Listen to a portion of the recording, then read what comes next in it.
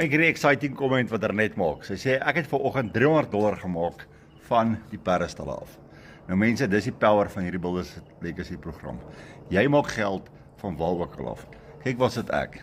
Ek's by die huis op die plaas en ek verdien dollars. Want ek het 'n stelsel wat 24 uur vir my werk in die agtergrond. Ek hoef nie heeldag op te check nie. Ek hoef nie mense te bel nie. Ek hoef nie e-mails uit te stuur nie. My stelsel doen alles. Ek het 'n volledige webwerf.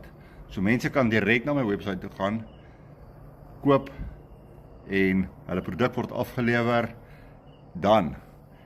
Ek het geen stres nie. Ek het geen overheads nie. Ek gebruik social media vir bemarking. Ek het geen rejection nie. Ek het nie mense wat vir my sê nee nie. Want jy sien, mense nader my. Ek gee vir hulle die info. Ons doen 'n video call. Ek maak seker hulle weet presies wat dit alles behels. Ons het ewen 'n lekker webinar elke donderdag aand. Ek stuur vir 'n recording. Kan nie jy uit die webinar gaan kyk en presies sien hoe ons geld maak met net ons telefone en 'n 2 ure werkdag. Nou jy kan dit ook doen. My naam is Adolf. Ek is 48, gister verjaar en ek het dit reg gekry om dit te doen. Doen dit al vir 10 maande.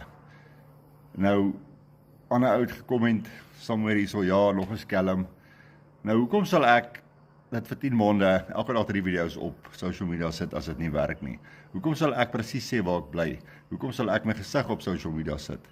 En my telefoonnommer en jy kan my Linktree account gaan besoek. Jy kan my Facebook toe gaan van daar af, jy kan koop van daar af, jy kan na my webwerf toe gaan van daar af. So ek sê oopboek. Skryf my wys my in die comments. Of kyk in die hoekie, net hierso, is my naam Adolf, my nommer langsaan, dan stuur jy my 'n WhatsApp, dan share ek hierdie plan met jou, dan gaan jy op my groep sit, op 'n WhatsApp groep, dan kan jy net daar rondom en kyk wat gebeur, testimony na testimony, van mense wat tot R100,000 'n maand skoon profijt maak.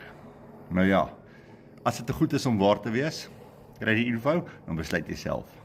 Wag vir jou WhatsApp, awesomeness.